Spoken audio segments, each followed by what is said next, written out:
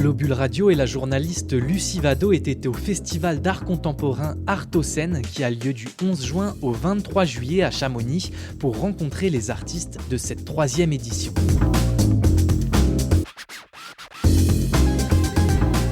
La 3e édition du festival Artocène a pour thématique le vide comme repère. Le vide, c'est aussi un espace où à partir de rien, des choses se créent et se transforment. L'œuvre d'Alice Bandini s'insère dans cet espace des possibles. Le vide, ce n'est pas le néant. En indiquant une absence de contenu ou de sens, le vide permet d'esquisser les contours d'un contenant inoccupé, d'une espèce d'espace dans l'attente d'un quelque chose. Or cet espace et cette durée où il ne se passe visiblement rien s'avèrent finalement révélateurs de ce qui manque. La vallée dessine la montagne, le silence permet d'entendre les sons, la mort donne son relief à la vie. Paradoxalement plein d'énergie, le vide apparaît comme la condition d'apparition des choses, le véritable espace des possibles. Cette année, on reçoit Alice Bandini, artiste inspirante. Elle utilise et façonne des chutes industrielles en PVC retravaillées. Elle investigue aussi les processus d'évolution des espèces et des corps, soulignant la relativité de toute disparition. Lucie Vado a rencontré Alice Bandini lors du festival Artocène et elle la questionne sur son processus de création. Alors c'est plusieurs séries de sculptures qui font partie de la même installation et à la base c'est un matériau qui s'appelle PVC expansé que j'utilise pour créer les squelettes de la sculpture. C'est un matériau que je récupère et c'est des chutes en fait de production. C'est un matériau qu'on utilise particulièrement dans l'impression pour mettre dans des vitrines, etc., qui est assez polluant. Donc j'ai réfléchi à stopper le cycle néfaste de ce matériau.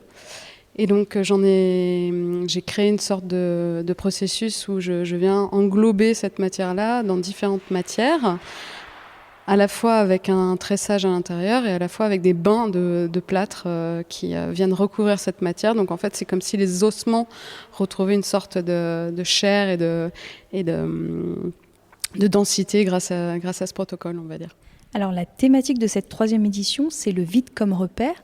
Comment tu pourrais qualifier en fait tes œuvres d'art par rapport à cette thématique ? Comment elles s'insèrent dans cette thématique ? Alors moi, dans la plupart de mes travaux, je travaille sur la double notion de chute, à la fois la chute des matières, comme j'en ai parlé, à la fois comme phénomène physique.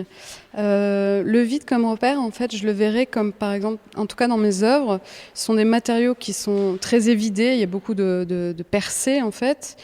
Et plutôt que de le voir comme quelque chose où il n'y a rien dans le vide, c'est plutôt de voir à travers ces percées une sorte d'horizon. Voilà, c'est comme ça que je l'interprète.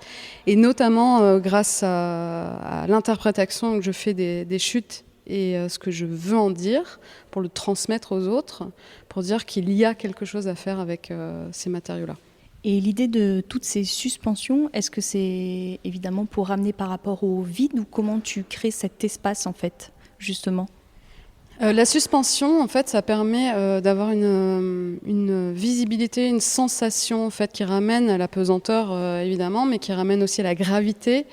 Donc évidemment, il y a tous ces phénomènes physiques aussi qui sont en rapport avec le vide, avec aussi, bien sûr, on est dans un contexte de montagne, donc avec le vertige, avec l'abîme, etc.